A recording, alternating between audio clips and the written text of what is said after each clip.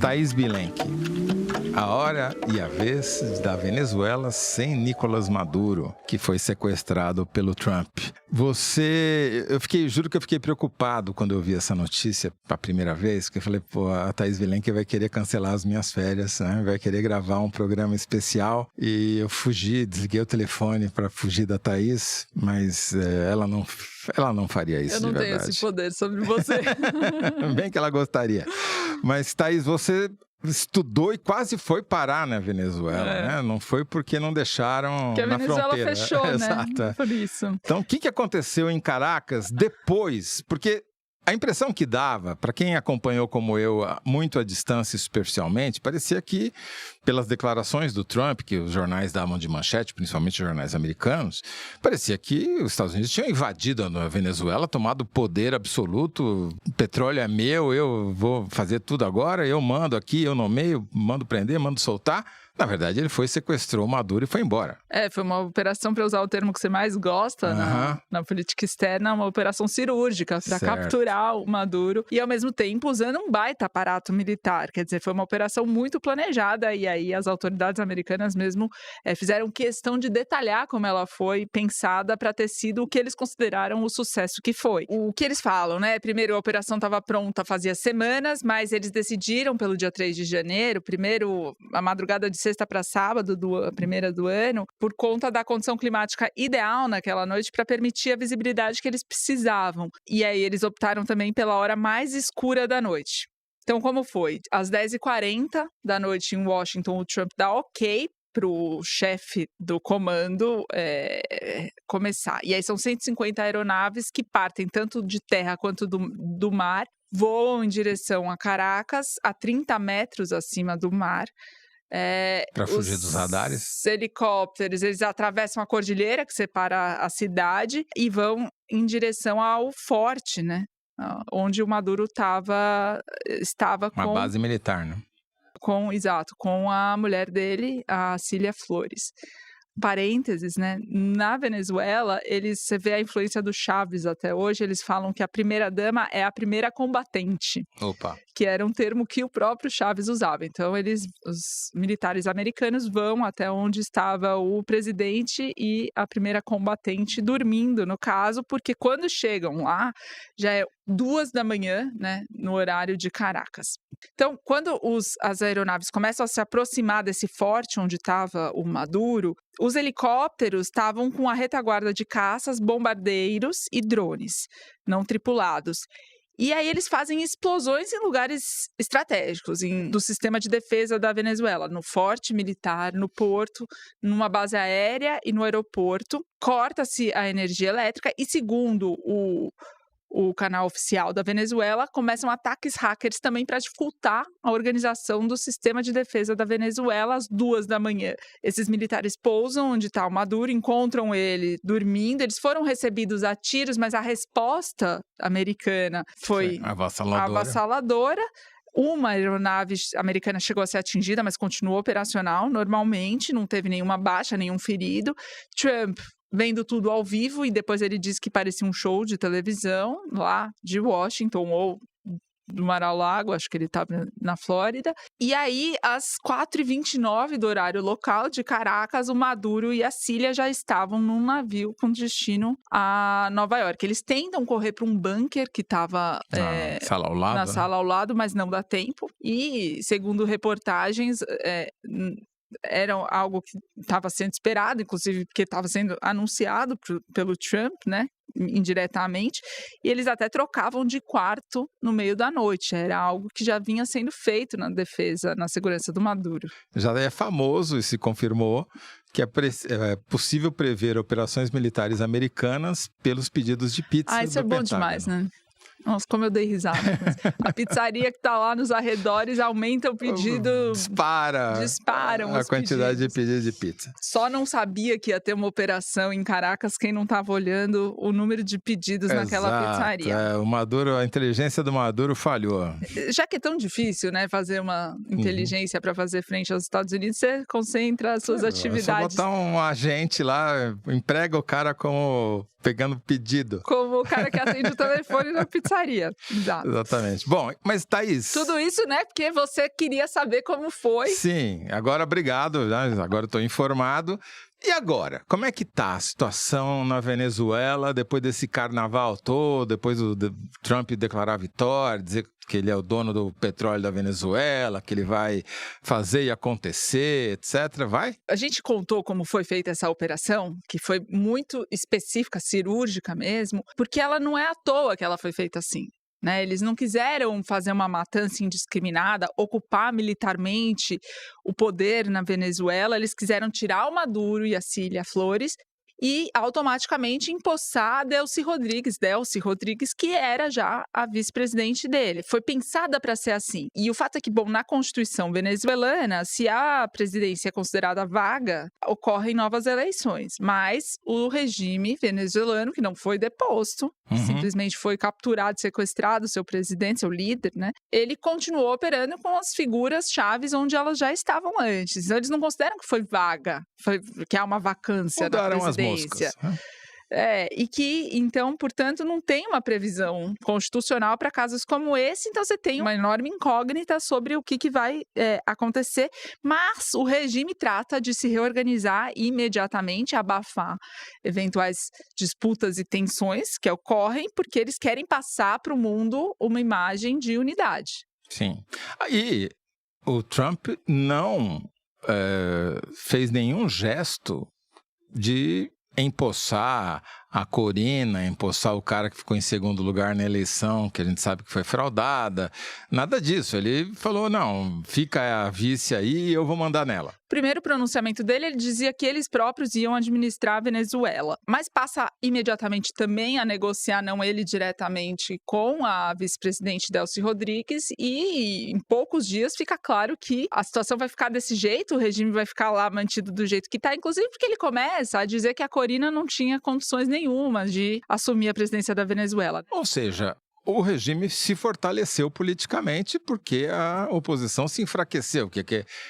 E a oposição... Diferentemente da oposição brasileira, a oposição venezuelana não ficou comemorando a invasão do seu país por uma potência estrangeira, né? Olha, políticos chavistas publicaram imagens deles comemorando de alguma forma, enfim, tem, acho que no exílio, né, que já saíram da Venezuela, muitos políticos acompanhando isso, e inclusive a crítica que se faz a Maria Corina Machado é justamente que ela passou a fazer comunicação muito mais com esses venezuelanos que não estão mais no país do que aqueles que estão efetivamente, inclusive a elite e os atores econômicos que controlam a indústria do petróleo. Mas o fato é que como que o regime chavista se equilibra?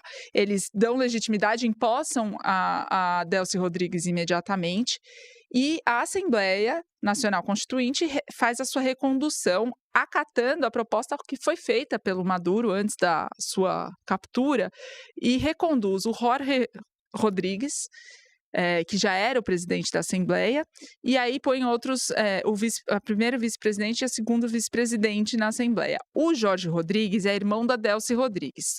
Eles dois são políticos que estão no primeiríssimo escalão no governo Maduro há bastante tempo e estão em postos chaves, agora ela como presidente. E aí, na Assembleia, eles põem como primeiro vice-presidente o Pedro Infante, que é um político de lá, e segundo vice-presidente a Grécia Colmenares, que é uma deputada chavista de 30 e poucos anos. Essa eleição, aspas, da Grécia como segunda vice-presidente, ela é muito simbólica de um movimento que está em curso no regime chavista, que eu vou chamar aqui, entre aspas, de renovação.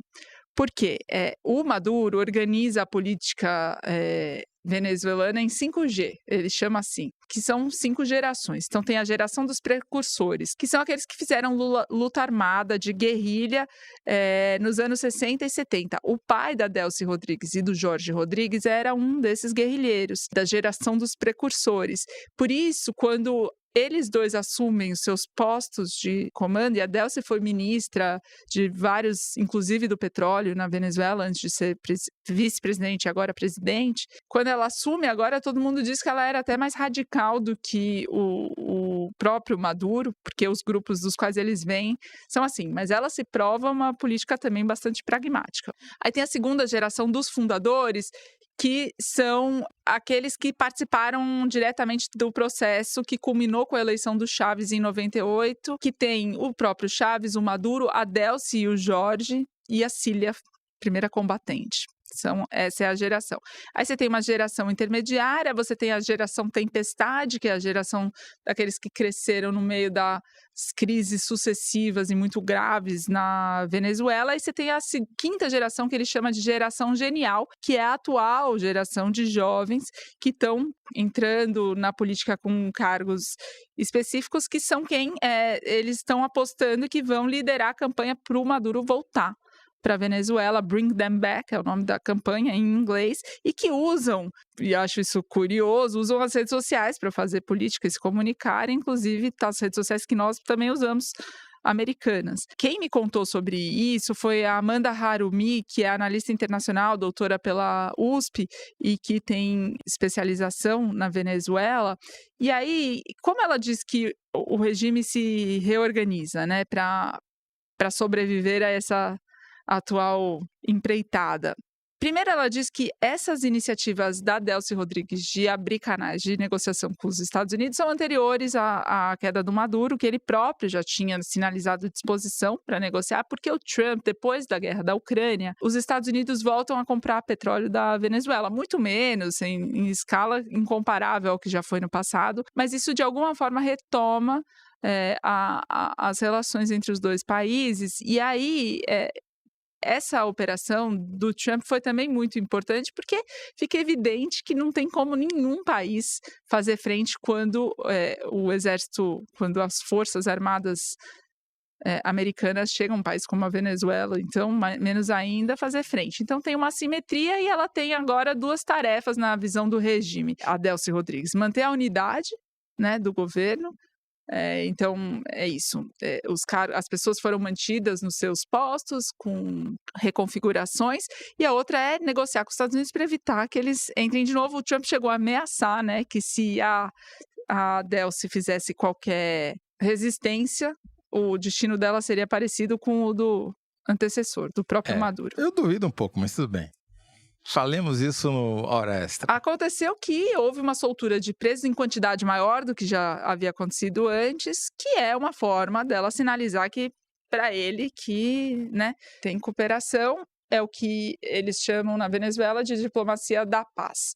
Aí a questão que se colocou, né, Toledo, em relação à Venezuela o Trump fez isso e falou sem papas na língua, não escondeu de ninguém que o interesse dele era a maior reserva de petróleo do mundo, que tem nome, que é Venezuela. Agora, o quão factível é essa exploração de petróleo, a gente ficou sabendo tempos depois, algumas semanas, quando ele faz uma reunião com os principais executivos das principais petroleiras dos Estados Unidos, e alguns deles falam impossível entrar lá. Né? O Don Dixon falou que é literalmente inviável você fazer qualquer tipo de investimento, porque investimento em petróleo demora 10, 15, 20, 30 anos para maturar, e você precisa de 10, 20, 30 anos de estabilidade política institucional para aquele negócio valer a pena. Então é óbvio que um país que o presidente dos Estados Unidos está ameaçando ficar trocando o presidente a cada frase que o cara disser que ele não gostar, é um país que não dá para você nem sequer cogitar investir. Sendo que são empresas que já perderam muitos investimentos bilionários ao longo da história. A história de estatização do petróleo venezuelano é farta de exemplos. Então, essas empresas não estão dispostas a entrar numa Venezuela conflagrada. E, portanto, segundo a Amanda, a intenção pode ser lá na frente olhar para esse petróleo, mas talvez seja anterior, de impedir que o petróleo venezuelano vá para a Rússia e a China e limitar a influência desses países no quintal, no que o Trump considera o quintal dos Estados Unidos, que é o Caribe e a América Latina. Eu quero discutir mais sobre isso na Hora Extra, porque eu tenho uma visão um pouco diferente. Eu acho que o Trump é um jogador de damas, cercado de um monte de jogador de dominó, e todos achando que estão jogando xadrez 3D. né? Todo mundo fica tentando imaginar, não, mas qual é a grande jogada brilhante que tem por trás? E quando você vê, não tem nenhuma jogada brilhante, era só um fato, uma fake news. Não é fake, porque de fato aconteceu, mas é só causar um furor para desviar a atenção e você tentar mudar a atenção da opinião pública. Nesse ponto você e a Amanda Harumi se encontram de novo, porque para reforçar o argumento de que tem um objetivo ideológico, ela sustenta o fato de que os Estados Unidos proíbem que a Venezuela continue enviando petróleo para Cuba. E, economicamente, a Cuba é irrelevante para os Estados Unidos, né? Então você tem uma imposição simplesmente porque Cuba e Venezuela são os símbolos que o Marco Rubio e os MAGA e os ideológicos do Trump todos têm para colocar como adversários para justificar a política anti-imigração dos Estados Unidos, que tem sido muito debatida por conta da atuação do ICE, que é essa força de segurança que ele empoderou e que resultou na morte de uma mulher que não tinha... que era uma cidadã americana em Minneapolis há alguns dias atrás, né?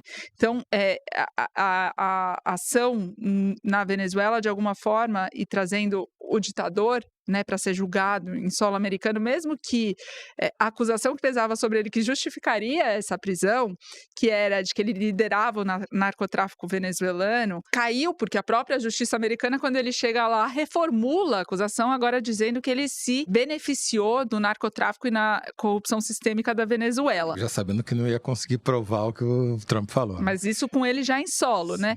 E aí também, de novo, o Trump usando o Maduro para dizer que as drogas que inundam as casas americanas, causando epidemias de saúde nos Estados Unidos, também bastante inconsistente, porque o que causa epidemia de saúde pública nos Estados Unidos são os opioides e não... Que são legalizados pelo FDA, que o lobby é tão forte que não tem aspirina lá. Mas, enfim. Thais Bilenque, muito obrigado. Eu consegui fazer uma atualização aqui em 15 minutos de 4 semanas de total bloqueio noticioso. É isso. Caracas, agora a gente vai falar na hora extra que tem as outras frentes, né, de atuação do Trump, para usar um termo correto, né, frentes de atuação do Trump pelo mundo, mas a Venezuela é nossa vizinha. Sim. E, portanto, o que o Trump faz lá reflete aqui, inclusive também, Toledo, porque justifica, isso vai ser usado eleitoralmente, a relação do Lula com o regime chavista, a reação do Lula em relação à ação do Trump, tudo isso vai ser debatido aqui, e também porque traz reações para a política brasileira em relação aos Estados Unidos, né? Sem dúvida nenhuma. As pesquisas mostram que os brasileiros podem nem se importar tanto com o que aconteceu na Venezuela, mas temem que seja um sinal do que pode acontecer no Brasil. Claro. Muito bom, muito bem. Vamos então agora a primeiro torneio de 2026 da inteligência superficial. Ainda tem isso, Temos.